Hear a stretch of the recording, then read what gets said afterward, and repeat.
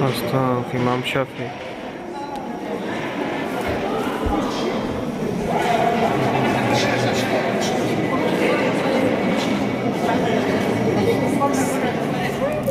إن أصحاب الجنة اليوم في شغل فاكهون هم أزواجهم في ظلال على الأرائك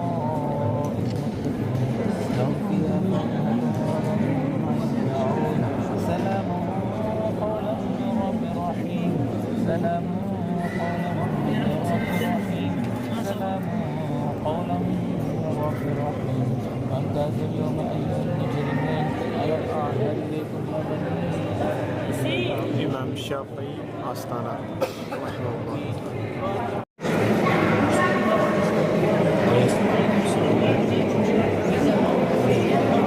إمام الشافعي